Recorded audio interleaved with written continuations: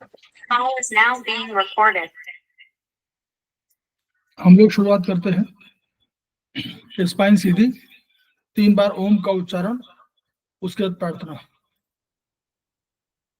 ओम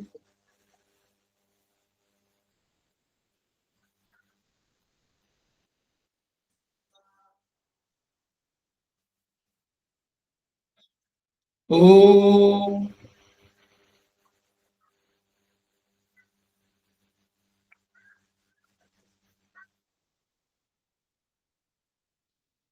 ओम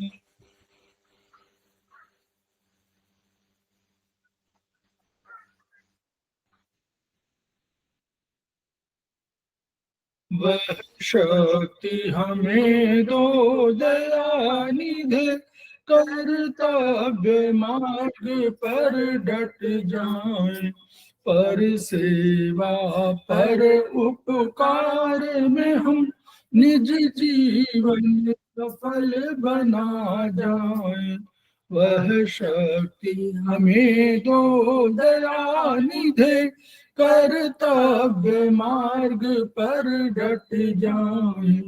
हम दीन दुखी निबलों विकलों के सेवक बन संताप हरे, जो है बिछड़े भूले भटके, उनको तारे खुद तर जाए। वह शक्ति हमें दो दयानिधे, कर्तव्य मार्ग पर डट जाए। चल देश दंभ पाखंड झूठ, अन्याय से निश दिन दूर रहे, जीवन हो शुद्ध सरल अपना, शुचि प्रेम सुधारस बरसाए। वह शक्ति हमें दो दयानिधे, कर्तव्य मार्ग पर जाए। निज आन मान मर्यादा का प्रभु ध्यान रहे, अभिमान रहे, जिस देव भूमि में जन्म लिया, बलिदान उसी पर हो जाए। वह शक्ति हमें दो दयानिधे, कर्तव्य मार्ग पर डट जाए, पर सेवा पर उपकार में हम निज जीवन सफल बना जाए।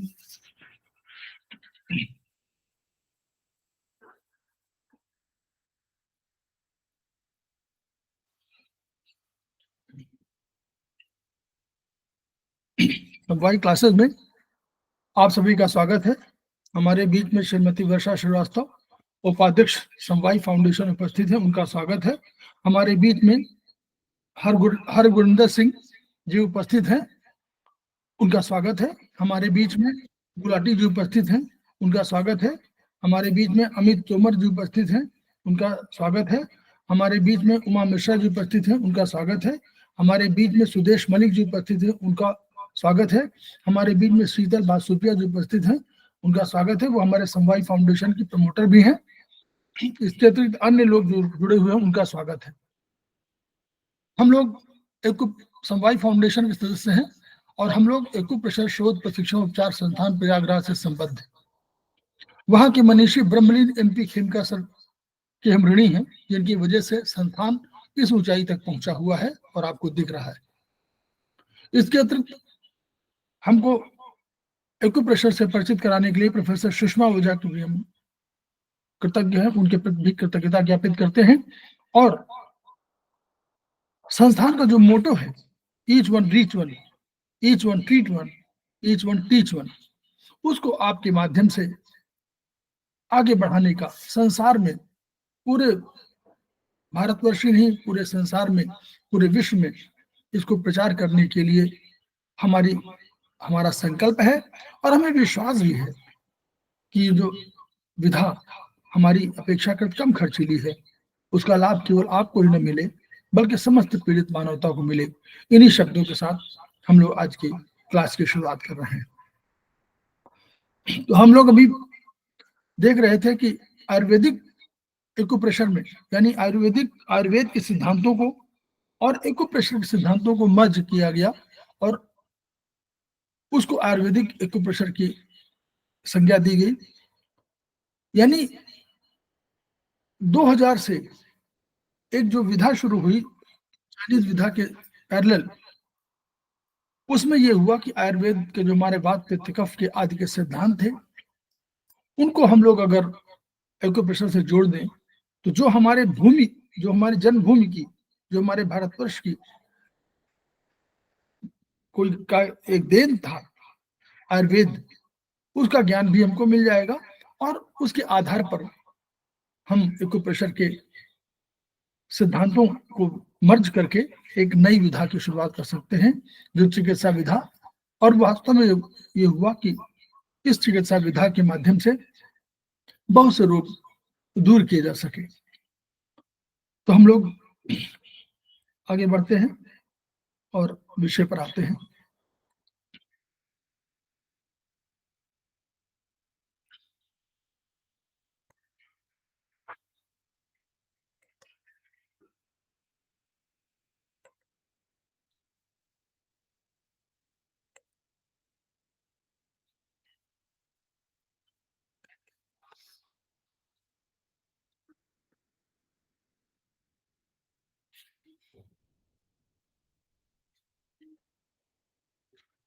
हम लोगों ने कल देखा था कि पराभौतिक द्रव्य 5 थे और भौतिक द्रव्य 5 थे। आकाश, वायु, अग्नि, जल, पृथ्वी, ये भौतिक हैं। जो स्थूल है और जो सूक्ष्म है वो है काल, दिशा, मन, आत्मा और तम। और जो भौतिक से पराभौतिक की यात्रा में भौतिक महाभूतों ने एक बल की रचना किया, एक शक्ति की रचना किया। उस शक्ति को हम लोगों ने नाम दिया वात पित्त कफ। ये उसी प्रकार शरीर को धारण करते हैं, उसी प्रकार शरीर की रक्षा करते हैं जैसे ब्रह्मांड की रक्षा वायु करता है, सोम करता है, सोम माने चंद्रमा, और सूर्य करता है। तो सूर्य, चंद्रमा और वायु जिस प्रकार पूरे ब्रह्मांड को धारण किए हुए हैं, वैसे ही धारण करने के लिए हमारे शरीर को धारण करने के लिए वात पित्त कफ 3 बल है। तो उन बलों के आगे हम लोग चिंतन कर रहे हैं कि आया था यहाँ पर निद्रा पर हम लोग आ रहे थे कि निद्रा, हम लोगों को नींद कितनी लेनी चाहिए। तो अगर नींद हम नहीं लेंगे तो हमारे शरीर को जो क्षति हुई है ऊर्जा की, वो पूरी नहीं होती। इसलिए हम लोग दिन भर की थकान के बाद रात्रि 8 बजे से, जो आयुर्वेदिक बायोलॉजिकल क्लॉक था, उसके हिसाब से हम लोग देखते हैं कि 8 बजे से लेकर 12 बजे तक का समय कफ का समय है। और कफ का मतलब 5 है, उसमें 5वां है, 5 नंबर यानी पृथ्वी है। तो पृथ्वी का मतलब थोड़ा तंद्रा, भारी, तो भारीपन आता है, शरीर में शिथिलता आती है। उसके आधार पर हम लोगों को नींद के आगोश में जाना चाहिए, यानी नींद की ओर बढ़ना चाहिए। फिर आया कि मल उत्सर्जन। अगर हम कोई वेस्ट, जैसे हम लोग देखते हैं घरों में कि घर में अगर कोई कूड़ा करकट है और हम उसकी सफाई ना करें तो घर में दुर्गंध आने लगती है। वैसे ही अगर शरीर में कोई टॉक्सिन हो या वेस्ट मटेरियल हो, वो बाहर ना निकले तो हमारा शरीर स्वस्थ नहीं रह पाएगा।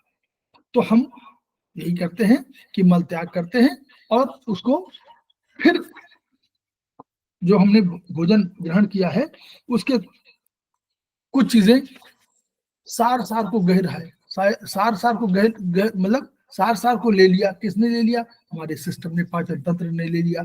उसमें सबका रोल है, स्टमक से लेकर के और लार्ज इंटेस्टाइन, स्मॉल इंटेस्टाइन, सबका रोल है। लीवर का भी रोल है, पैंक्रियास का भी रोल है, इन सब का रोल है। और उस रोल के बाद हमने जो पाचन तंत्र को से अपना सार ले लिया, तो जो वेस्ट बचा उसको हम लोगों ने लार्ज इंटेस्टाइन के माध्यम से बाहर निकाल दिया।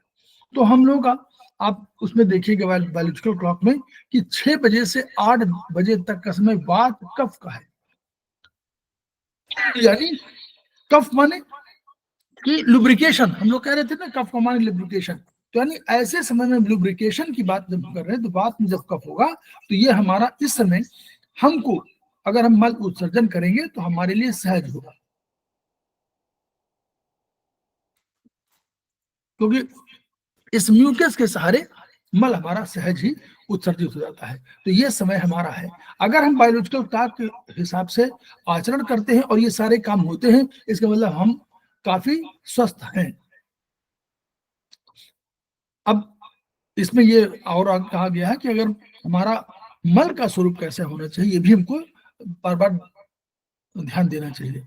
मल के लिए नॉर्मली जो है, अगर कुल मिलाकर के या तो 2 और या 1 पूरे 24 घंटे में, कुछ लोग 2 बार यूज करते हैं और कुछ लोग 1 बार यूज करते हैं टॉयलेट का। तो ये अगर ये बार बार हो रहा है, इसका मतलब कि कहीं कोई हमारा डिजीज है। अब कैसे मल होना चाहिए, वो भी मल का स्वरूप बंधा हुआ होना चाहिए, टुकड़े टुकड़े में ना हो। इसका रंग या वर्ण सुनहरा होना चाहिए, ये वर्ण भी कलर लिखा हुआ है। एक दिन में इसकी आवृत्ति 2 बार से अधिक नहीं होनी चाहिए। मल में दुर्गंध नहीं होनी चाहिए, क्योंकि अगर दुर्गंध है, अगर कहीं उसमें सड़ांध आ रही है, इसका मतलब कि कहीं हीट है। हमको ध्यान देना पड़ेगा कि शरीर में कहीं हीट डेवलप हो रही है या कोई इन्फेक्शन आ रहा है। तो ये इस तरह हमको देखते हैं। तो ये अगर ये नहीं है, अगर ये सब चीजें नहीं है और हम 1 बार भी नहीं जा रहे हैं और हम 2 बार 2 दिन में 3 दिन में 1 बार जा रहे हैं, इसका मतलब हुआ कि हमारा जो है ये कॉन्स्टिपेशन है। या हम अधिक बार भी जा रहे हैं तो भी हमारा थोड़ा सा कॉन्स्टिपेशन है कि हम थोड़ा थोड़ा करके जा रहे हैं, यानी कॉन्स्टिपेशन है। तो ये इस कॉन्स्टिपेशन से बचने के लिए हमको सारी चीजें वही करनी चाहिए जो स्वास्थ्य, अपने को स्वस्थ रखने के लिए आवश्यक है। हम समय से जगें, समय से खाना खाएं, समय से पानी पिए, ये सारी चीजें हैं। और अगर कॉन्स्टिपेशन है तो यानी कॉन्स्टिपेशन दिखाई नहीं पड़ता, समझ में नहीं आता, लेकिन ये आगे चल के धीरे धीरे बहुत बीमारियों को जड़ है। क्यों? क्योंकि अगर हमारा टॉक्सिन मटेरियल या हमारा जो वेस्ट प्रोडक्ट है वो हमारे पास मौजूद है शरीर के अंदर, तो बहुत सी चीजें शरीर में हानिकारक होने लगी। इसलिए हम लोगों को इसको ध्यान देना पड़ेगा। जल ग्रहण, अब अगर जल, हम लोग कहते हैं कि जल कितना होना चाहिए, जल जल माने जल में तरल, तरल आप मान लीजिए कि जल माने तरल, यानी अगर आप कोई चाय पीते हैं, 2-3 कप चाय पीते हैं तो चाय शामिल कर लीजिए, दूध पीते हैं तो दूध शामिल कर लीजिए, कोई और आप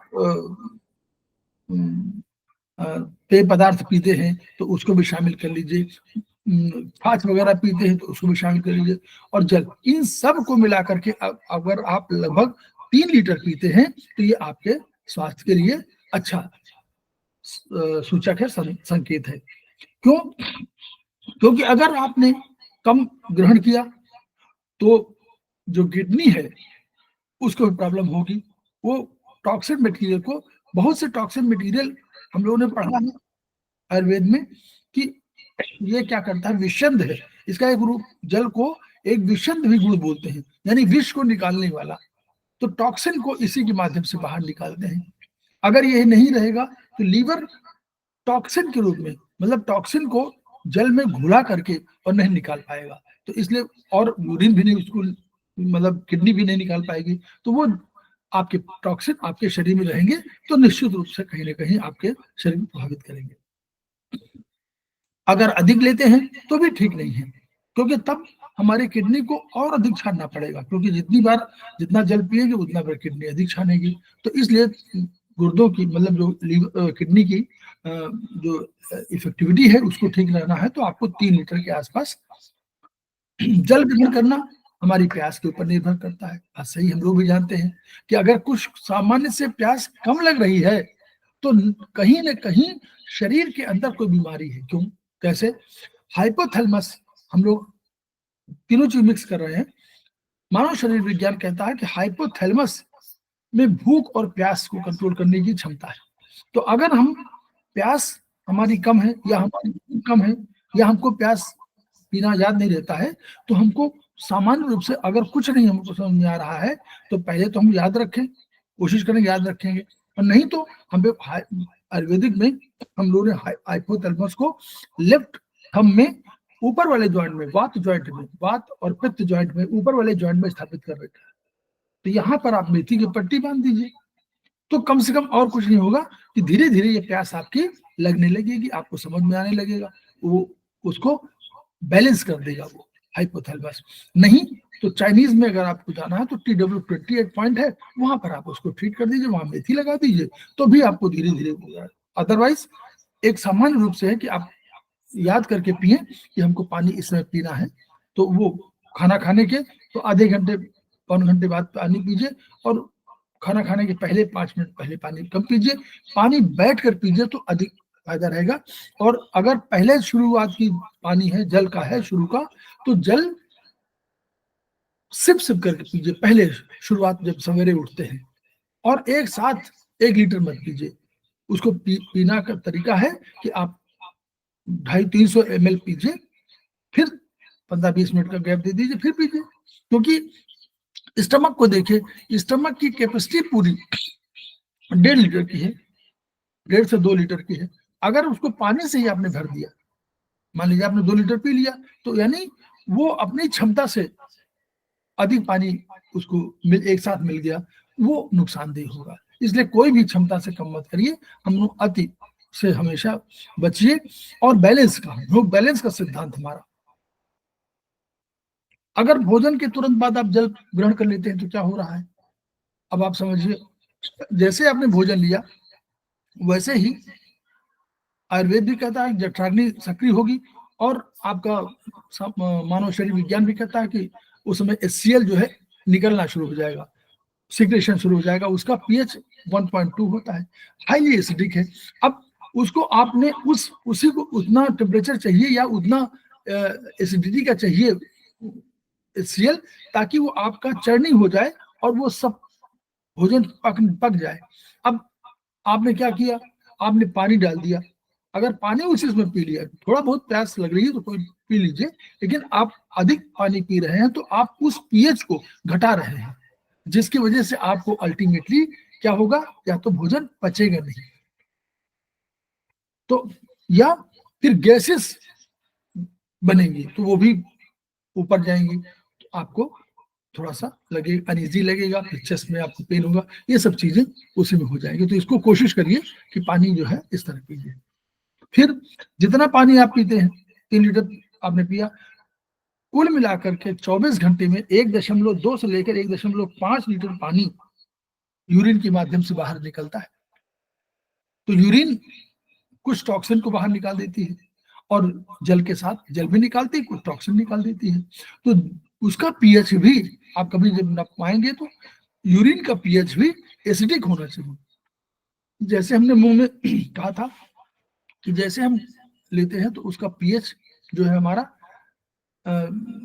जब सलाइवा है तो उसका pH जो है वो एसिडिक होता है।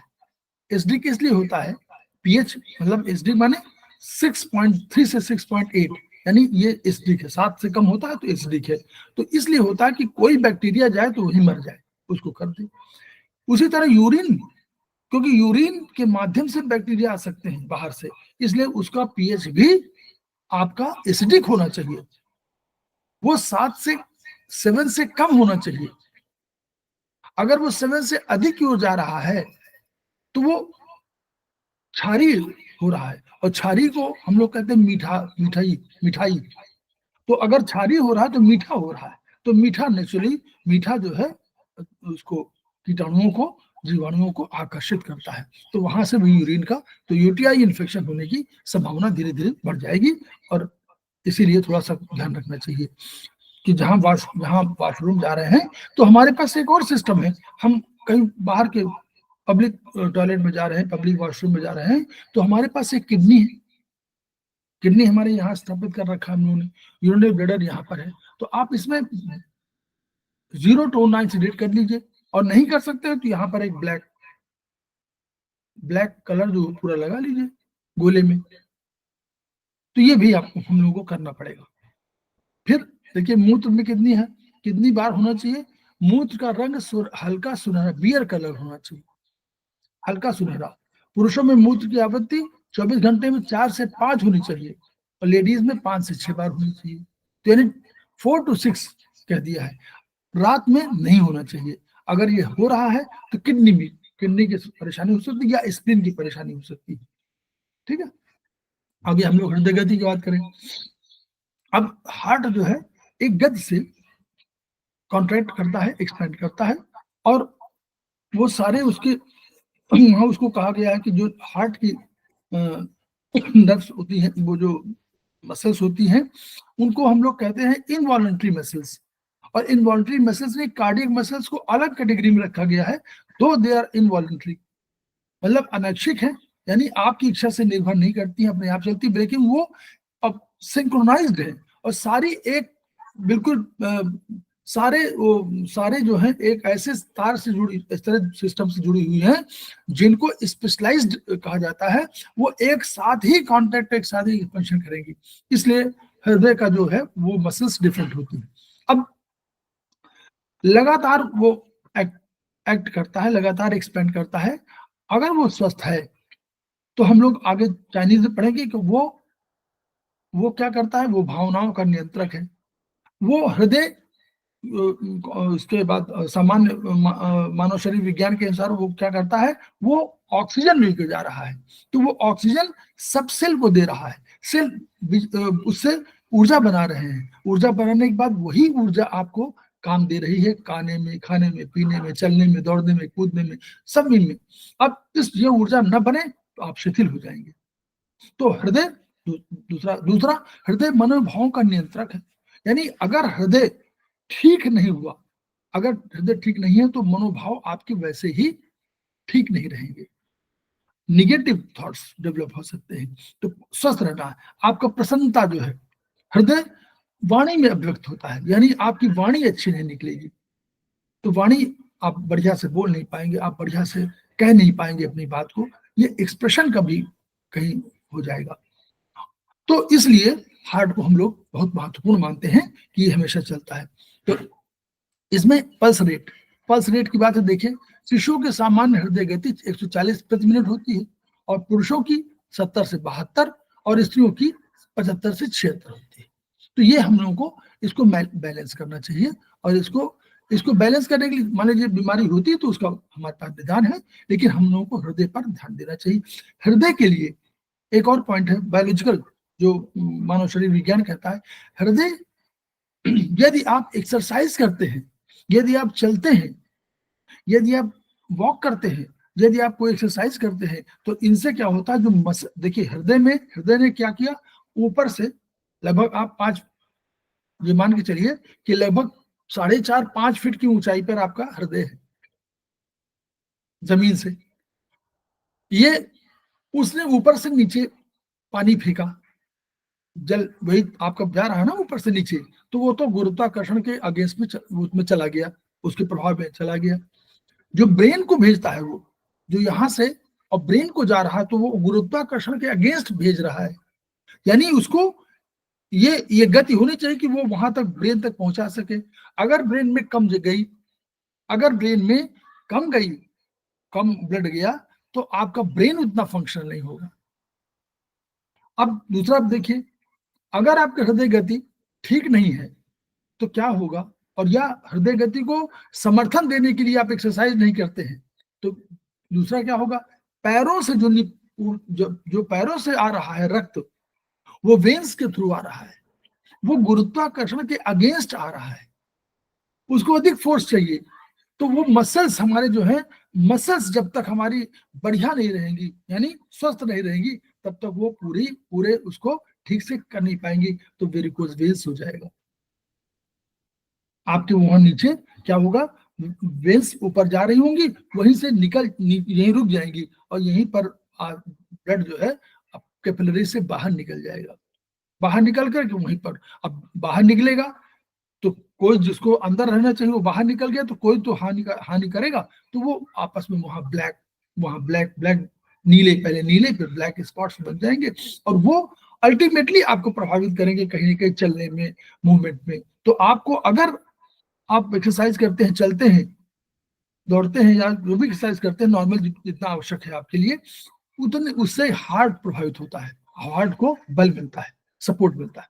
हाथ और पैर, हाथ और पैर हमारे, पैर देखिए, पैर, हाथ और पैर जो कर्मेंद्रियां हैं, लेकिन हाथ को हम लोगों ने मन के साथ जोड़ा हुआ, तो मस्तिष्क का विस्तार है, क्योंकि सबसे अधिक हम हाथ चलाते हैं और पैरों को मूवमेंट कम करते हैं। तो हाथ पैर बैठे हुए हैं तब भी हाथ चल रहे हैं, तो ये हाथों को इसलिए मस्तिष्क से जुड़ा हुआ है, इसको मन से हम लोगों ने जोड़ा है आयुर्वेद में। जितना आपको ये सब फंक्शन करेंगे और उसमें ऊर्जा जैसे आएगी मन से, शरीर से, या आप इसको कह लीजिए आत्मा से और मन से जो ऊर्जा आ रही है वो, और या आप मॉडर्न साइंस की भाषा में कहें तो जो मस्तिष्क से जो एफरेंट नर्व या इफरेंट नर्व दोनों, यानी ऊपर जाने वाली एफरेंट नर्व, बाहर निकलने वाली, ऊपर से यहाँ आने वाली इफरेंट नर्व, दोनों नर्व जो है आपको हाथों पैरों के माध्यम से अपना काम कराने के लिए प्रेरणा करती है। सब अब ये हाथों में जो टेम्परेचर वो है, हाथ पैर, सर कहते हैं कि सर ठंडा होना चाहिए, हाथ पैर थोड़ा सा आपके गर्म होनी चाहिए, जो गर्मी उसमें, क्यों? क्योंकि ब्लड सर्कुलेशन है, तो ब्लड ब्लड हम लोगों ने रखा है वायु के साथ, और ब्लड चाइनीज ने रखा हुआ हीट के साथ, तो ये हीट डेवलप करता है, वर्चुअली ये हीट डेवलप करता है और यही टेम्परेचर मेंटेन करने में सहायक होता है। ये और किडनी के साथ एक हमारे पास ट्रिपल वार्मर है, चाइनीज सिद्धांत के अनुसार ट्रिपल वार्मर है, और हमारा वो हार्ट है और किडनी और ट्रिपल वार्मर और हार्ट, ये तीनों हमारे टेम्परेचर को बैलेंस करते हैं। तो इस प्रकार शरीर के ये सारे अवयव हैं। अब उपचार विधियां की बात है। अब रीजनल डिवीजन बॉडी, अब बॉडी जो हमारी है उसको हम लोगों ने क्या कहा कि केवल अभी तो हम लोग केवल बता रहे थे कि हमारा ये है, लेकिन फिर हम इस बॉडी को अलग अलग भागों में बांट सकते हैं। तो इस अब ये चित्र आगे बना होगा जिसमें उन्होंने कहा कि एक तुल्यता सिद्धांत की बात अभी नहीं हुई है, तो वो तुल्यता सिद्धांत में, जैसे तुल्यता सिद्धांत बात हो गई है ना, शायद हो गई है, नहीं हुई है क्या? ये सादृश्यता माने जो हाथों पैरों में है उनको सादृश्यता का सिद्धांत है, तो वही सिद्धांत सादृश्यता माने उसका तुल्यता सिद्धांत है, ये आगे आपको पढ़ने में मिलेगा। लेकिन इस सिद्धांत के अनुसार जो हाथों पैरों को हम लोगों ने मतलब हाथ और इन्हीं हथेलियों में, अगर आपने हमको पैर शरीर को मान लिया है और दो बाहर की जो उंगलियां हैं उनको हम लोगों ने मान लिया है हाथ, और दो बीच के जो उंगलियां हैं उनको मान लिया है पैर। तो बाईं तरफ और दाईं तरफ हमारे पास दो, अगर बाएं में कहीं लगाने में प्रॉब्लम हो कोई पॉइंट तो आप दाहिने में लगा सकते हैं, लेकिन रखना वही पड़ेगा, दाहिने में रखना पड़ेगा। तो बायां ये हुआ, दायां ये हुआ, उसी तरह जो बायां है वो दायां है, इसी तरह यहाँ पर ये बायां है ये दायां है, तो ऐसे आपको करना पड़ेगा। तो ये सादृश्यता सिद्धांत आगे आपको अलग से पढ़ाने को मिलेगा। अब शरीर का जो भाग, सर थंब का कॉरस्पॉन्डेंस क्या होगा, लेफ्ट थंब का? आप बताइए। सर मुझे कंफ्यूज हो रहा है इसमें, तो left small finger, left index finger और राइट इंडेक्स फिंगर दिया है। अच्छा नहीं, हम लोग देखिए, आप एक चीज पहले बता दीजिए, हम यहाँ शोभा जी आपको समझाने के लिए हमेशा कह रहा हूँ, मैं ये बता सकता हूँ, लेकिन ये उंगली को हमने कहा कि ये उंगली, ये दिखाई पड़ रहा है कि नहीं? जी ऐसे दिख रहा है, ये दिखा, अब दिखा? जी जी। ये उंगली हम लोगों ने क्या माना है? ये हैंड, हाथ। हाँ, हाथ, तो ये हमारा बायां हाथ होगा, ये दाहिना हाथ हो गया। जी। अच्छा, हमारा थंब कहाँ पर है, हाथ में है कि पैर में है? हाथ में है ना सर?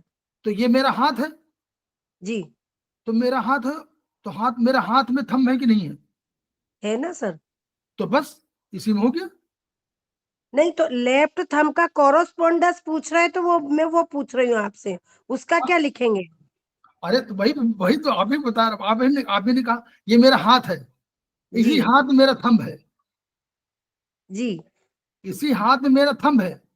हाँ सेंटेंस सुनिए, ये हाथ है और इसी हाथ का एक भाग थंब है, और आप कह रही हैं कि ये उंगली मेरी हाथ है, बायां हाथ है, जी जी जी। तो इसी उंगली में तो होगा, उसी भाग होगा। जी सर, जी आ गया आ गया? ओके ओके सर, हाँ, थैंक यू इसीलिए सर।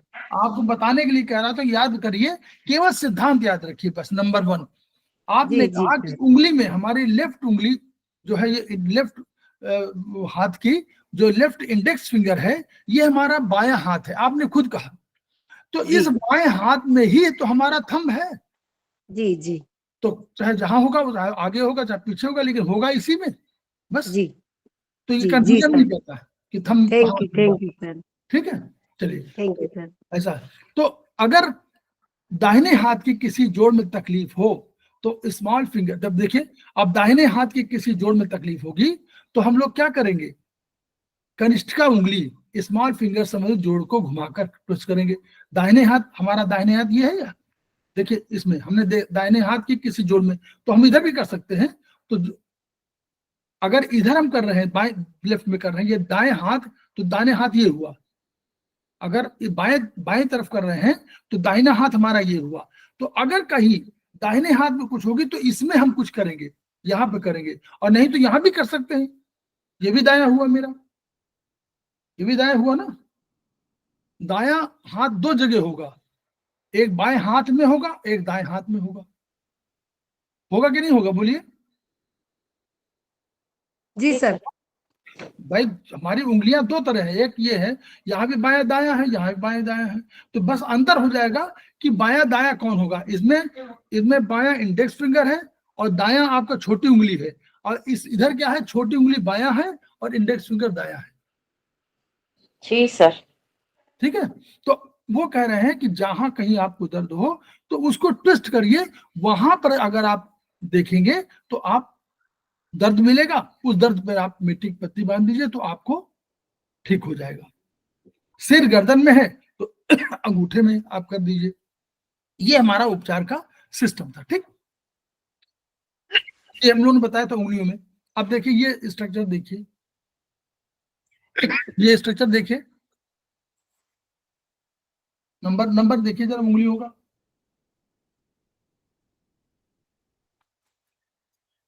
नंबर, सबसे छोटी उंगली का 1 नंबर, उससे बड़ी उंगली इंडेक्स फिंगर है, देखिए 2 नंबर। उससे उससे बड़ी उंगली कौन है, रिंग फिंगर, 3 नंबर।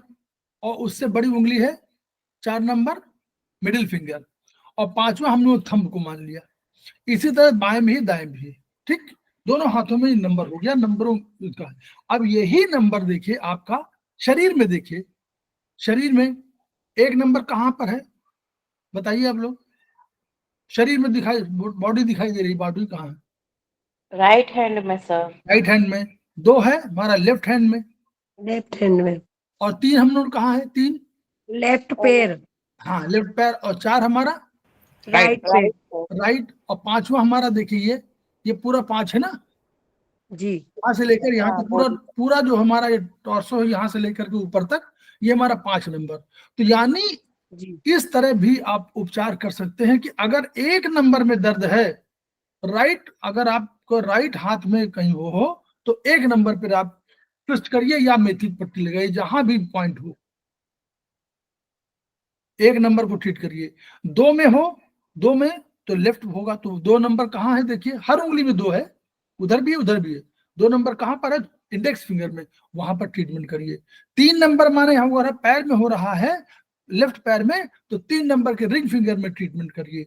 और 4 नंबर में आपका वो हो रहा है तो 4 नंबर के, और ऊपर अगर इस वाले भाग में हो रहा है तो 5 नंबर करिए। आपको उस जहां पर दर्द हो वहीं पर पॉइंट लगा लीजिए। फिर मस्तिष्क का कर दिया इन्होंने, देखिए बिल्कुल ऐसा मत, ये हरा वो जो आपका ब्लैक वो दिखाई पड़ रहा है, उससे समझाने के लिए केवल है। नंबर देखिए, नंबरिंग देखिए सिस्टम, ये आपको आगे चल के चिकित्सा में यूज होगा। 0 बिल्कुल जा रहा है नाक के सामने, यूं, केवल केवल सर की बात है, केवल सर की बात है मस्तिष्क की। 0 बिल्कुल कहां जा रहा है, देखिए बिल्कुल नाक, नाक है ना, नॉस्ट्रिल, और ये आंख के बीच में ऊपर चला गया है ना, जी तो 0 ये हो गया। और अच्छा, हम लोगों ने सामान्य अंक हमेशा राइट रखते हैं, जी 1 4 5 8 सामान्य अंक हैं, वो दाहिने तरफ रहेंगे, और बाई तरफ रहेंगे 2 2 3 3 6 7। 7। तो देखिए इसी तरह 0 ये है। तो उसी के बगल में जो व्हाइट वाला दिख रहा है, देखिए व्हाइट वाला जो बाई आंख ये 2 नंबर है और दाई आंख 1 नंबर। तो ये आंख का जो एरिया है, आंख का एरिया है, तो ये 1 नंबर 2 नंबर हो जाएगा। लेफ्ट वाला आपका 2 नंबर, राइट वाला 1 नंबर। अब आंख खत्म, फिर काला वाला आया, ये 3 नंबर, 2 के बगल में 3, तो यानी आंख का आधा हिस्सा और कान को टच करती हुई ये एक रेखा बनी हुई है और ये पूरा 3 नंबर है। उधर यही वाली राइट कान को छूती हुई और दाएं आंख को छूती हुई एक रेखा बनी हुई है, काला काला रंग, 4 नंबर है। तो यानी इधर आपका करेंगे तो 1 4 आएगा, इधर आएगा 2 3 आएगा। फिर ये तो यहां तक खत्म हो गया और ये फिर 4 के बाद बगल में 5 नंबर दिख रहा है आपको, 6 नंबर 5 नंबर। व्हाइट वाला कान के ये वाला जो भाग पीछे वाला छूता हुआ भाग है, कान को छूता हुआ, कान के बगल वाला छूता हुआ, ये 5 6 है, साइड वाला। ठीक, अब उल्टा देखिए पीछे की तरफ क्या है, जहां 5 था उसी के बगल में 5 के बगल में 8 आ गया है, ये 8 नंबर है। ये देखिए 5 को सफेद दिख रहा ना, 8 नंबर, और 9 नंबर बिल्कुल बीचों बीच है पीछे की तरफ। और जहां 3 था वहां उसके बगल में 6, उसके बगल में 7, फिर उसके बगल में 9। तो इस तरह हम लोग उपचार, ये नंबर है, ये नंबर नहीं भूलना है आपको, ये नंबर है, ये नंबर आप कहीं भी लग सकते हैं। जैसे आप कहें कि 7 नंबर में इलाज करना हो, तो हम 7 नंबर जानते हैं कहां पर है? बैक साइड हुआ ना सर, हाँ, पीछे की ओर। नहीं, 7 कहीं भी है, 7 नंबर तो है, 7 नंबर तो 7 नंबर माने 7 नंबर, 7 नंबर माने ऊर्जा। ये जो नंबरिंग सिस्टम है, ये ऊर्जा के सिद्धांत के आधार पर। तो 7 नंबर माने 7 नंबर, आगे पीछे मत सोचिए। अभी तो ये जो जो प्लॉटिंग की गई, रीजनल डिवीजन माने हेड को फिर 10 भागों में बांट दिया गया, तो वो बांटने की बात कही गई आपको। अब तो 7 नंबर जब भी कहीं आएगा तो आप चिकित्सा की दृष्टि से 7 नंबर इसी को मानेंगे।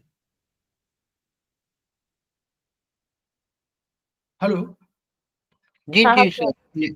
ठीक है, जी एक सर। तरीका ये हुआ।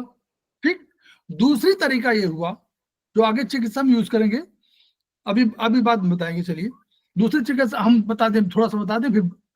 दूसरा तरीका ये हुआ कि ये जो अगर हम कहीं मान सर में करना चाहते हैं, तो सर हमारा इसमें है, हम में, जी राइट में होगा, शरीर तो इसमें है और ब्रेन इसमें है। जी ठीक है, तो अगर ब्रेन हम लोग कहीं इस्तेमाल भी करना चाहे मस्तिष्क में, तो यानी हमको इस वाले में भी 7वां नंबर याद रखना पड़ेगा। तो 7, तब हम क्या करेंगे ट्रीटमेंट में कि फिंगर नंबर 9 है, ये थंब है, जी जी जी लेफ्ट वाला 9 ना। तो फिंगर नंबर 9 में अगर मान लीजिए 7 में हम कहें कि हमारे यहां से लेकर पीछे से लेकर ऊपर तक के दर्द हो रहा है, तो हम क्या कहेंगे कि 7 नंबर में दर्द हो रहा है, तो हम इसमें 7वीं वर्टिकल मेरिडियन ले लेंगे। Okay sir. नए लोगों को समझ में नहीं आ रहा होगा क्या?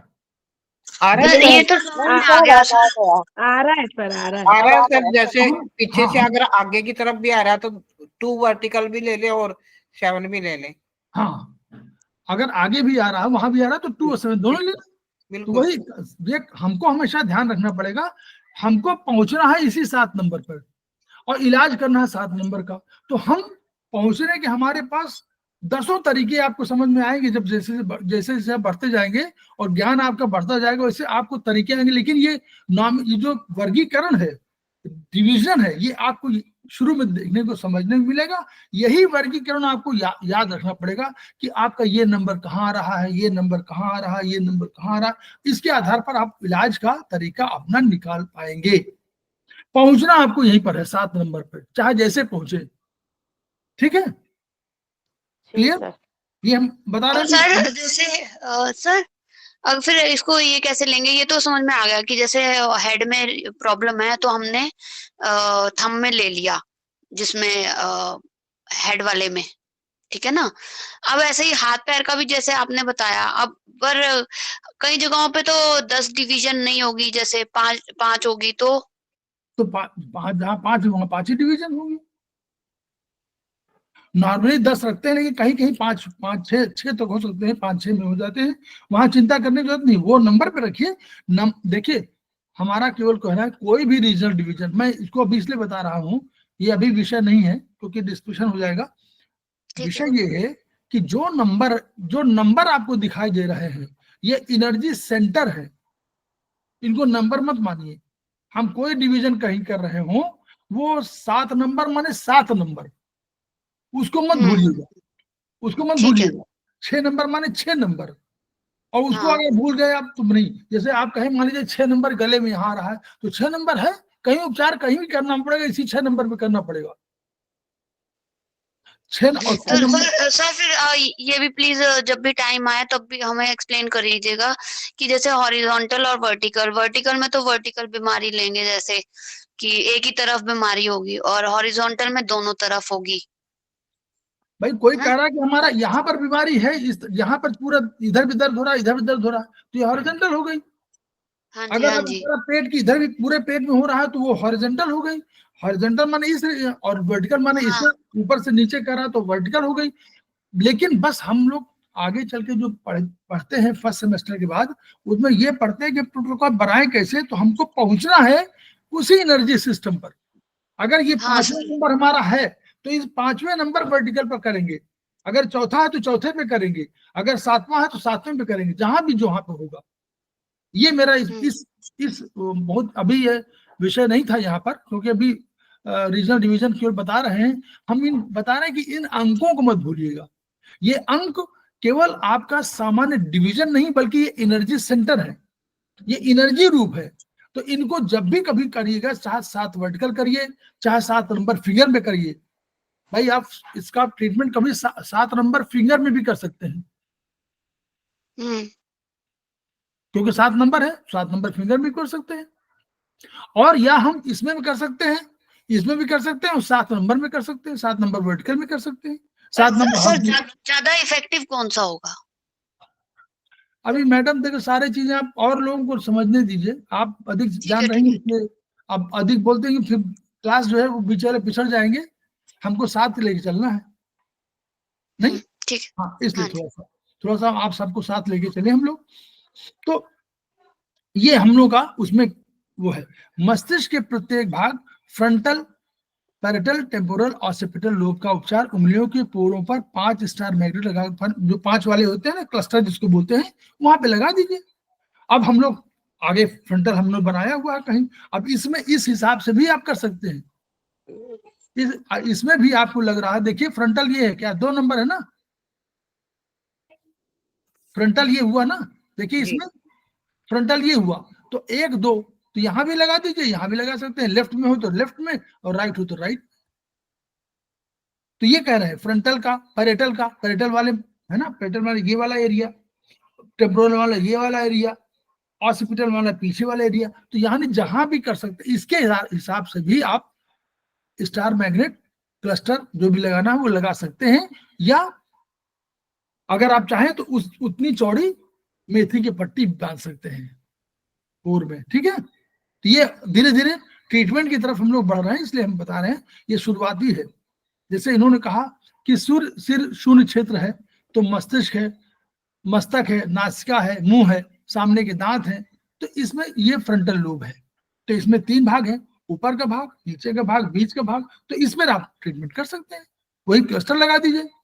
अगर क्लस्टर में कहाँ लगाना, कफ नीचे वाले दर्द है, नीचे वाले में दर्द है तो नीचे वाले में लगा दीजिए कफ में, बीच वाले में है तो पित्त में लगा दीजिए, ऊपर वाले में है तो वात में लगा दीजिए। ये तरीका धीरे धीरे हर चिकित्सा का तरीका आ रहा है, ठीक है। तो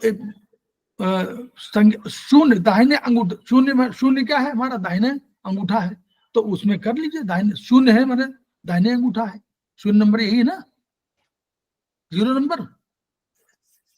हाँ जी सर। तो 0 में वहां पर कर दीजिए। तो मतलब उपचार यहां से शुरू कर सकते हैं आप।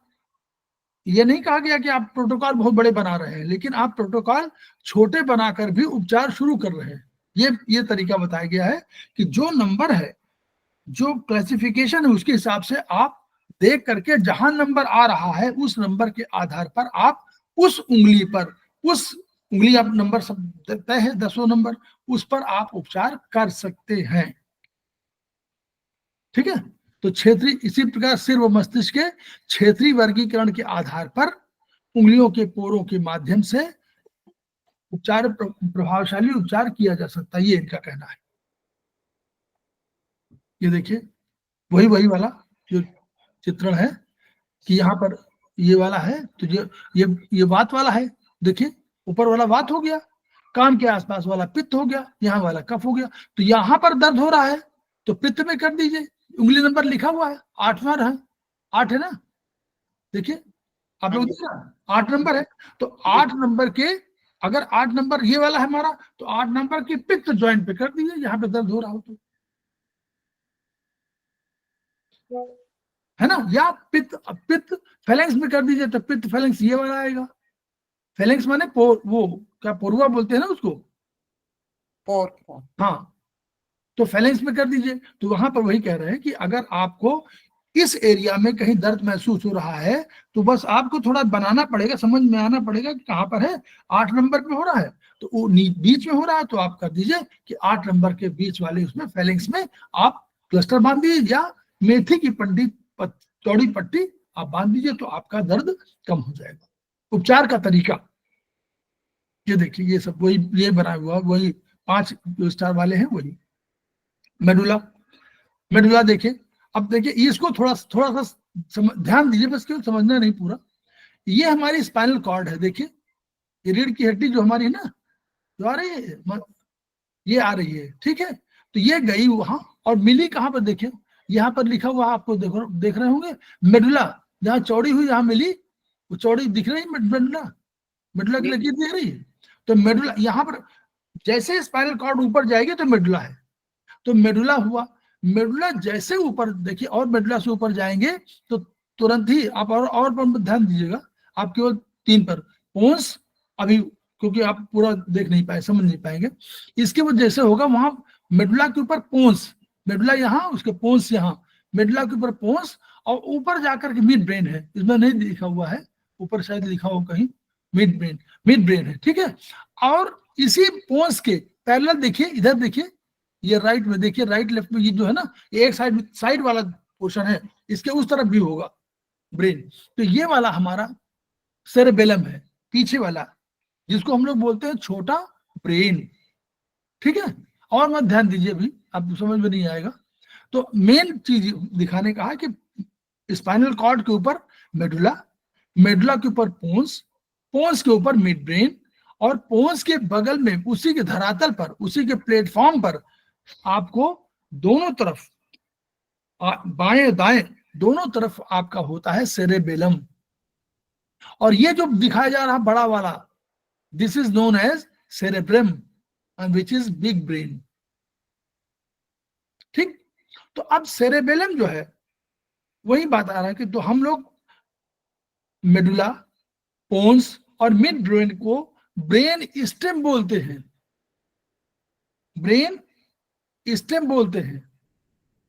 तना, जैसे ऊपर देखिए फूला पत्ती बनी हुई है ना, और नीचे तना है, तो नीचे तना जा करके ऊपर गया और पेड़ पत्ती बनाया उसने, वो देखिए बन रहा है ना, ऐसे तो बना हुआ है, तो वही है, इसको ब्रेन स्टेम कहते हैं। नोट कर लीजिए, पोन्स, वो मेडुला, पोन्स और मिड ब्रेन को मिला करके ब्रेन स्टेम बोलते हैं।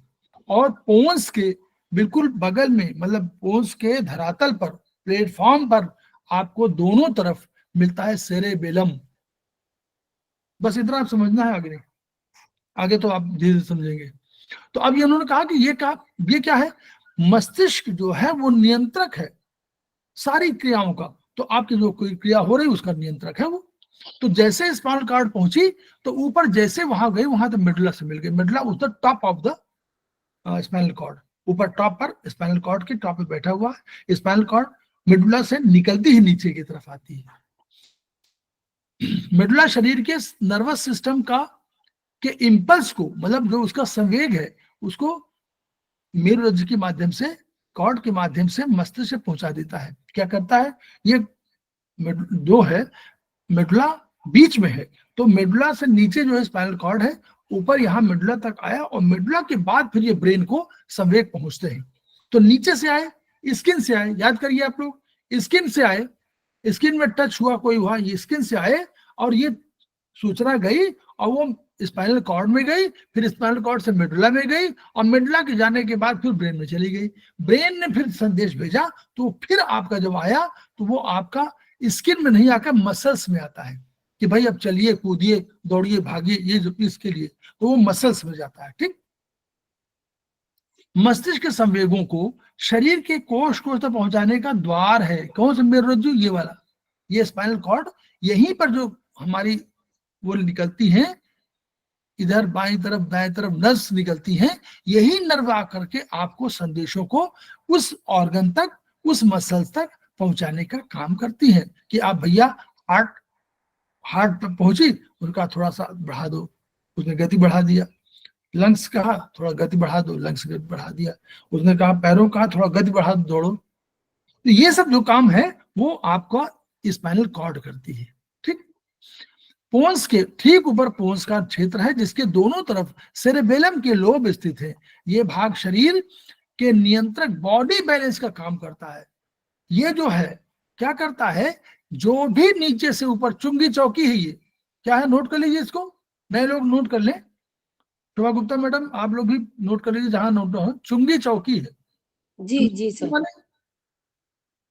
सर क्या है चुंगी चौकी? सेरेबेलम।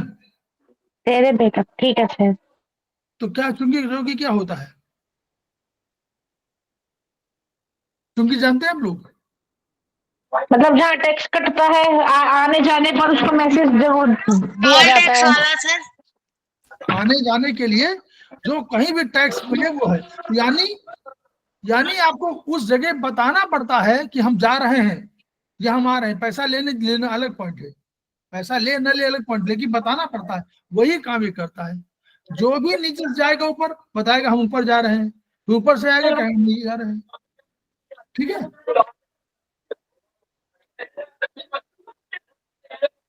और फिर ऊपर नीचे जाकर के जो भी काम किया तो बताएगा कि ये काम करने जा रहे हैं, काम हुआ नहीं हुआ तो भी बताएगा।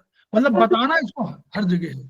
ठीक है, तो ये बहुत, और बॉडी बैलेंस करता है, यही शरीर के संतुलन करता है। ये देखिए, नोट कर लीजिए, शरीर का संतुलन, और बंद कर दीजिए जरा, किसी का खुला हुआ है शायद, क्या दो काम बॉडी के बैलेंस करते हैं। एक तो ये करता है, और एक कान में अंदर होता है वेस्टिबुलर एपरेटस।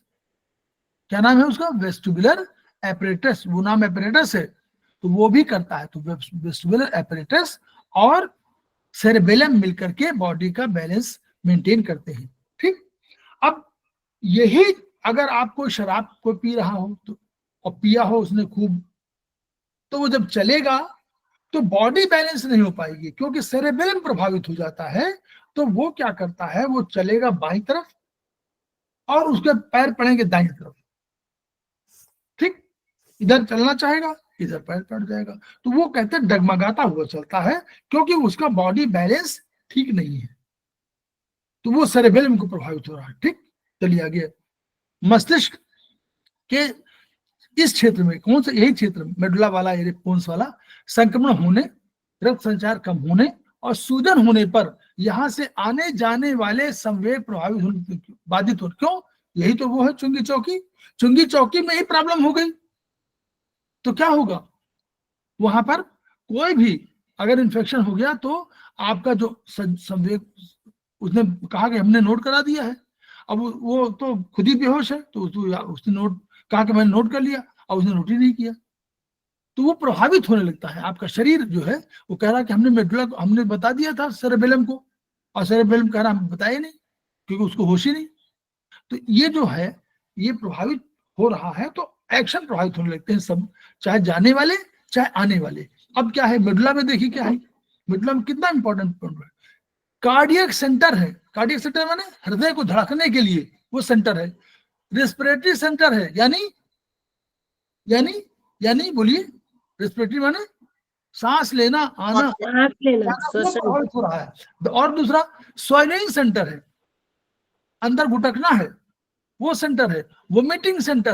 वोमिटिंग सेंटर है, कफिंग सेंटर है, ये सब प्रभावित हो जाएंगे।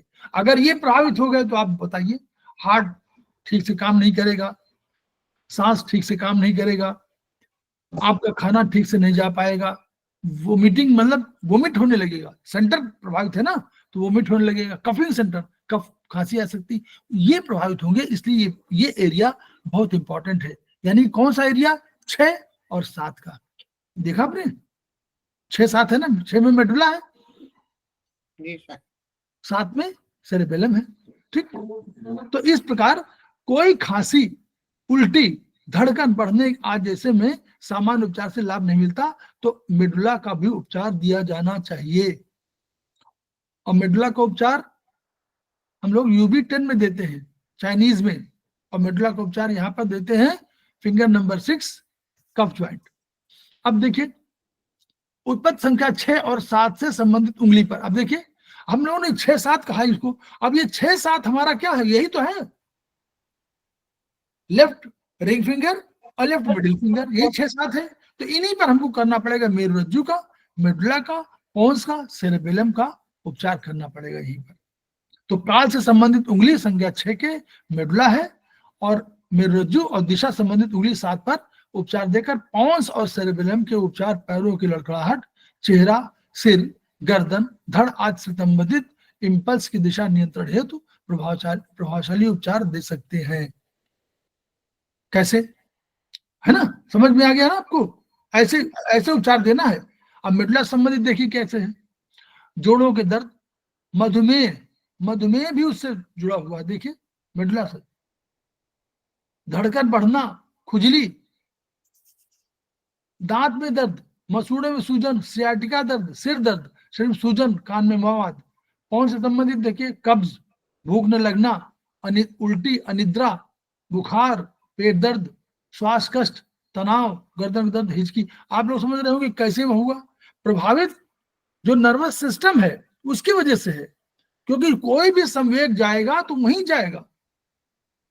तो ये भी उसको उपचार का ये है कि आप 6-7, इसीलिए 6-7 में उंगली बहुत इंपॉर्टेंट आगे होने जा रही है। आपको जब ट्रीटमेंट में आएंगे देखेंगे तो 6-7 बहुत इंपॉर्टेंट मिलेगा आपको, बहुत से पॉइंट 6-7 पर निर्भर करेंगे।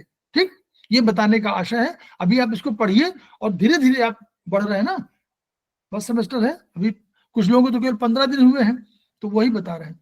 मेडुला और पोन्स दोनों संबंधित रोग लक्षण जिनके साथ बाएं हाथ की अनिमिका उंगली और मध्यमा कान से आवाज आना, क्योंकि इस एरिया में तो कान है, देखिए ये 6 है, ये 7वां नंबर है। आप हॉरिजॉन्टल वाले में देखिएगा शुभम गुप्ता मैडम, हॉरिजॉन्टल में 7वां नंबर आएगा ये, जी सर। 7वें पे आ रहा है ना, 6 तो गले गर्दन वाला है, 7 में कान में आवाज आना, चक्कर, मोटापा, कमजोरी। क्योंकि अब ये मत सोचिए कि मोटापा वहां से है, मोटापा है वहां से, लेकिन ये कंट्रोल यहाँ हो रहा है ना, तो ये कंट्रोल तो ये है, इसलिए कहा गया। उल्टी, लड़खड़ाहट, वही बैलेंसिंग, शरीर में गांठें, तो यानी 6-7 में करना चाहिए।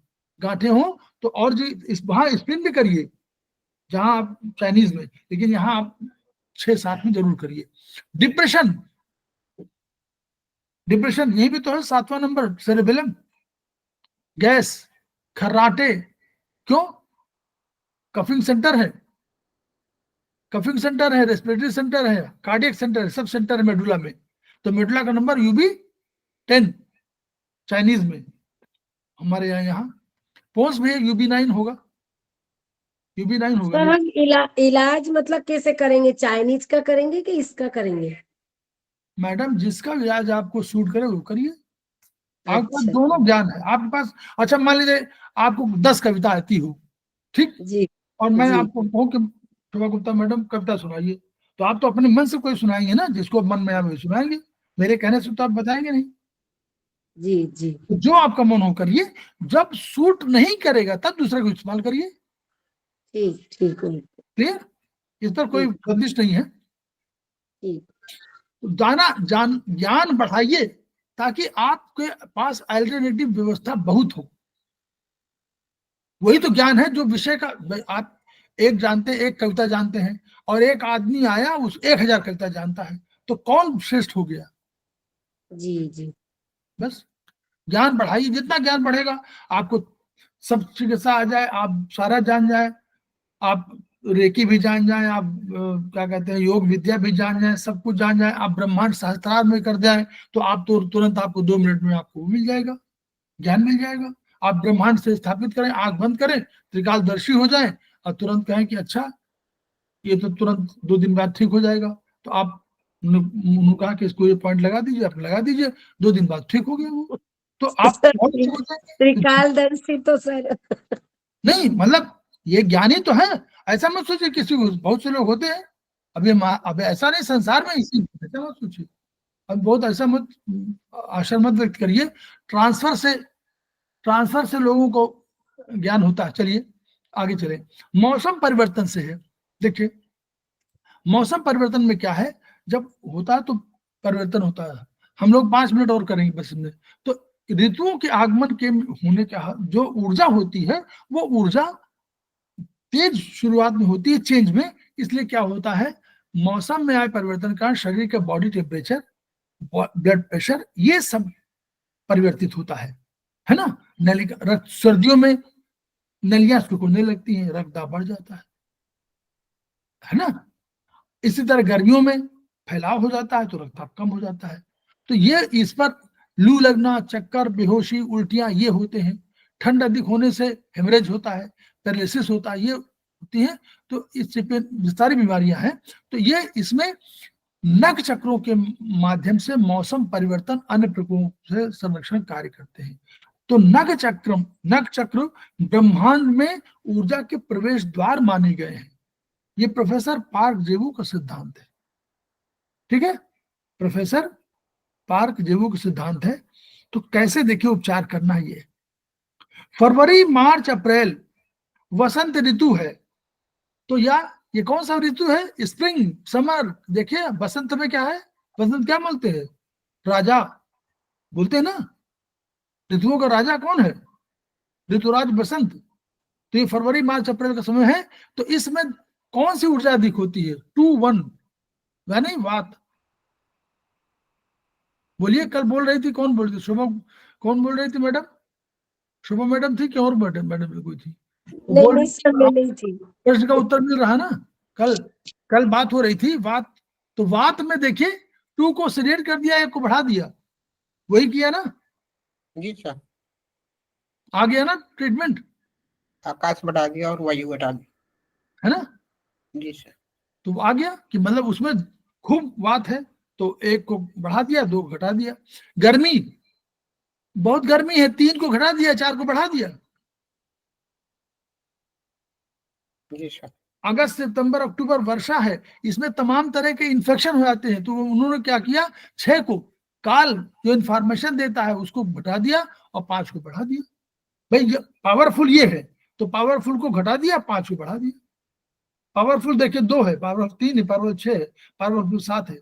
और यहाँ पर सर्दियों आगे सब एक्सप्लेनेशन दिया हुआ है, 7 को घटा दिया। कुछ नहीं करना आपको, सामान्य अंक को बढ़ा दीजिए और विशेष अंक को घटा दीजिए। पावरफुल कौन हम मांगे, जो हमारे अधिक सक्रिय हैं ऊर्जाएं 2, 3, 6, 7 है, और जो कम सक्रिय ऊर्जाएं हैं वो 1, 4, 5, 8 है। तो कुछ नहीं करना आपको, जिसमें देखिए तीन महीनों का लिया हुआ है। फरवरी से शुरू करिए, फरवरी, मार्च, अप्रैल में 2 सीडेड 1 टोन, मई, जून, जुलाई में 3 सीडेड 4 टोन, अगस्त, सितंबर, अक्टूबर में 6 सीडेड 5 टोन, और नवंबर, दिसंबर, जनवरी में 7 सीडेड 8 टोन। उसमें डिप्रेशन वगैरह होता है। तो ये उसी का तरीका है। ये संक्रमण रोगों का निदान।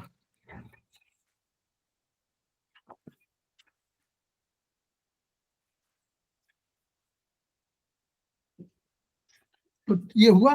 तो ये संक्रमण जो संक्रमण वाला में कि इसमें क्या होता है, संक्रमण में नाभि में दर्द, उल्टी, दस्त, चक्कर, बुखार, अनिद्रा, क्षय रोग, टीबी, अल्सर, अस्थमा, रक्ताल मतलब एनीमिया, पाइलेरिया, भूख न लगना, अधिक भूख लगना, चर्म रोग, सोराइसिस, एक्जिमा, टॉन्सिलाइटिस जिसको बोलते हैं, हेपेटाइटिस, ब्रोंकाइटिस, रक्त संक्रमण, खुजली, एनल इचिंग, हेपेटोमेगाली और कार्डियोमेगाली, फिर pneumonia, peritonitis, cystitis, pleurisy, meningitis, pharyngitis, colitis, gastritis, ये सारे जहां आइटिस लगा हुआ है यानी ये तत्काल रोग आए हुए हैं और इन्फ्लेमेशन हो गया कहीं, तो ये गले के संक्रमण इन सब में कह रहे हैं कि ये मस्तिष्क में ये सारे लोग बीमारियां क्या है, ये संक्रमण के फलस्वरूप उत्पन्न है।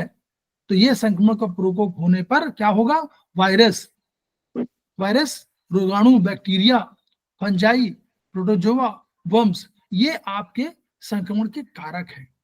तो अगर इनको, अगर देखिए अब इसके रोग का ये हम सुन लिया, इसमें क्या होगा कि इस संक्रमण को उनको चाहिए, ये सिद्धांत निकला कि 0 to 9 इंसिडेंट संक्रमण में क्या हो गया, हम लोगों ने निकाला कि 0 माने 9 माने आत्मा, 9 माने आत्मा, 9 माने आत्मा, और आत्मा में क्या है, प्रकाश। प्रकाश। तो आत्मा का प्रकाश अगर हमने कम कर दें तो कोई भी जो आदमी आएगा बिना कोई प्रकाश के जीवित नहीं रह सकता।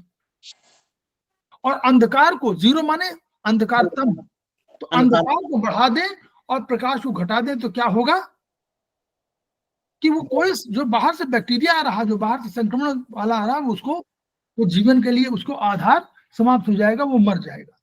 तो ये 0 to 9 इंसिडेंट हम लोग इसको उपचार में यूज करते हैं संक्रमण के लिए। कहीं भी कुछ हो तो हम लोग जहां जहां हो, जैसे मान लीजिए आपको GIT है, बच्चों को कीड़े हो गए पेट में, सबको बोलते हैं नहीं, तो आप क्या करिए, आप हम स्मॉल इंटेस्टाइन, लार्ज इंटेस्टाइन और स्टमक, तीन ही तो है हमारे पास, तीनों में क्या करिए, या तो 0 to 9 इंसिडेंट कर दीजिए, 0 को बढ़ा दीजिए, और या दोनों में ब्लैक कलर लगा दीजिए, तीनों में, एक ऊपर वाले ज्वाइंट, दो बोथ अपर ज्वाइंट, ये स्मॉल इंटेस्टाइन का लेफ्ट वाले में, लार्ज इंटेस्टाइन का राइट वाले में, और स्टमक का राइट रिंग फिंगर में, तीनों में या तो ब्लैक कलर लगा दीजिए या 0 to 9 इंसिडेंट कर दीजिए, या दोनों में ब्लैक कलर लगा दीजिए। तो ये आपका संक्रमण का इलाज हो गया, और इससे कीड़े उड़े सब समाप्त हो जाएंगे। तो रुक करके देखिए, करना शुरू कर दीजिए।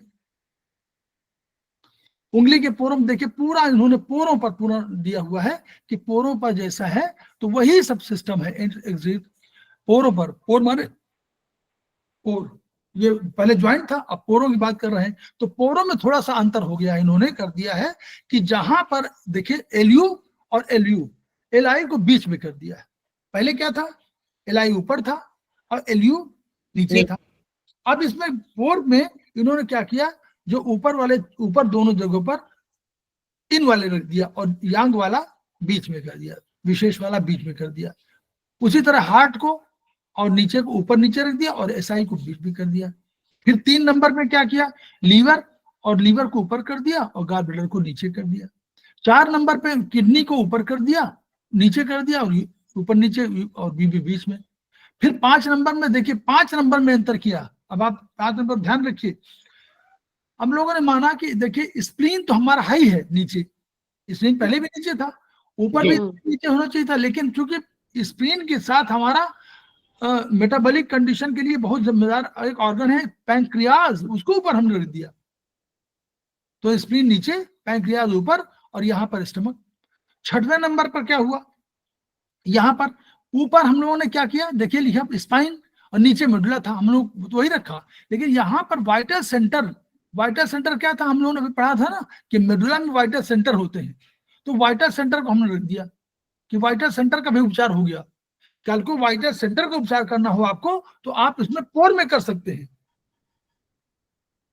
क्लियर जी। 7वें में देखिए पोन्स और सेरेबेलम, ये तो है ही है। यहाँ पर हमने क्या रखा हुआ है, वेंट्रिकल्स रख दिया। वेंट्रिकल्स माने होता है जिनमें हमारा CSF प्रवाहित होता है, वो वेंट्रिकल्स है। 4 वेंट्रिकल्स होते हैं वहां।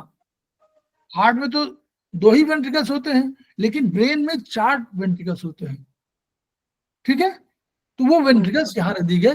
तो वेंट्रिकल्स का उपचार कभी करना हो सामान्य रूप से तो आप यहाँ कर सकते हैं, इस जगह पर क्लस्टर लगा करके या मेथी का पट्टी बांध के चौड़ी।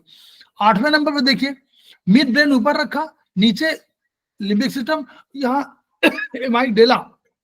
एमाइगडेला जो है वही लिम्बिक सिस्टम के बगल में वो है, एक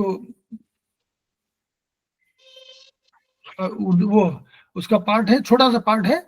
इसको हम लोग बोलते थे कि जहां पर हमारा न्यूरॉन का न्यूक्लियस होता है, वो वाला पार्ट है न्यूरॉन का न्यूक्लियस। ठीक, 8वें नंबर पे। 9वें नंबर में कॉर्टिकल ब्रेन ऊपर रखा हुआ, यहाँ तो वही अंतर नहीं का, दोनों में अंतर नहीं हुआ, थंब में कोई अंतर नहीं हुआ। तो इस तरह हम लोगों ने ये वाले सिस्टम को कहा कि ऐसे आप उपचार कर सकते हैं। देखिए ये पूरा उसी का बना हुआ चक्रा मैग्नेट में करें, तीनों पोरों पर, कहीं पोरों, ये पोरों की प्रभाव, मतलब पोर माने पहले हम ज्वाइंट की बात कर रहे थे, अब हम लोग पोरों की बात कर रहे हैं कि पोरों में हम लोग ऐसे कर सकते हैं, और जहां जहां दर्द हो उस जगह पे आप लगा लीजिए। तो इस तरह ये वाला पोर का उपचार। अब एक केवल छोटा सा रह गया है, बस इसी बात खत्म करते हैं। ये जो है प्रेगनेंसी वाले में हम लोग न मैग्नेट की बात करते हैं, तो हम लोग केवल मेथी की बात करते हैं। तो ये जो उपचार है ये बहुत बढ़िया उपचार है। इसको जो जिन्होंने यूज किया है उन्होंने इसके बहुत अच्छे रिजल्ट बताए हैं। इसमें कुछ नहीं करना है आपको, सिंपल इसको चार्ट को देखना है। देखिए 0 मंथ, 0 एलिमेंट, राइट थंब, इसमें तीनों पर यहाँ 2 हुए ना, 1 2, इसमें केवल मेथी की पट्टी बांधी है, 1 महीना। अगली बार 1 मंथ, राइट एसएफ, इनके 3 हुए, तीनों में मेथी की पट्टी बांध दीजिए। फिर सेकंड लेफ्ट एसएफ, इसमें जो जिसका नंबर हो उस नंबर पर, जो मंथ हो उस नंबर पर, उस फिंगर पर, केवल तीनों पर आप मेथी की पट्टी बांधेंगे और कुछ नहीं। ये आपका उसके लिए बहुत बढ़िया उपचार है और इसको बहुत लोगों ने बहुत अप्रिशिएट किया है। तो ये इसको आप बिल्कुल आराम से कर सकते हैं, इसमें करने में कोई दिक्कत नहीं है। और जब आप करेंगे तो आपको खुद ही, जिसको ट्रीटमेंट करेंगे वो खुद अपना बता देगा कि हमको इसमें बहुत फायदा हुआ है। तो ये हम लोगों का चैप्टर ये समाप्त हुआ है यहाँ पर, और ये हम लोगों का उपचार का सिस्टम था। इसमें आगे कुछ किताबों में जो चित्र बने हुए हैं आप उसको यूज कर सकते हैं, और जो वीडियो है उसको आप लोग शेयर करिए, उसको आप लोग आगे बढ़ाइए, अपना ज्ञान बढ़ाइए, दूसरे ज्ञान बढ़ाइए, और इस माध्यम से विधा को और मजबूत करिए। और देखिए कि मेथी का, हम इसलिए मैं बार बार बोल रहा हूँ कि जब हम फर्स्ट सेमेस्टर की बात करते हैं तो हम कहते हैं कि मेथी की बात करिए, ताकि मेथी में कोई आपको नुकसान नहीं हो रहा है। तो इसलिए उसको नुकसान हो आपको, कि कोई नुकसान ही ना हो, तो आपका उत्साह बढ़ेगा। तो आप मेथी को, मटर को, चने को, इसका इस्तेमाल खूब करिए, और जब आप ये करेंगे तो आपका ज्ञान बढ़ेगा और आपका कॉन्फिडेंस बढ़ेगा। दूसरे जिसको पेशेंट है उसको अच्छा लगेगा तो वो आपको तुरंत बताएगा कि आपने बहुत बढ़िया पॉइंट बताया है। इस माध्यम से विधा को हम लोग मजबूत करेंगे और तब खेमका सर के सपनों को पूरा करेंगे। ईच वन सर एक question, each one treat one, each one teach one, इन्हीं शब्दों के साथ हम लोग अभी इसको रिकॉर्डिंग को खत्म करते हैं। अभी मैडम का कोई प्रश्न है?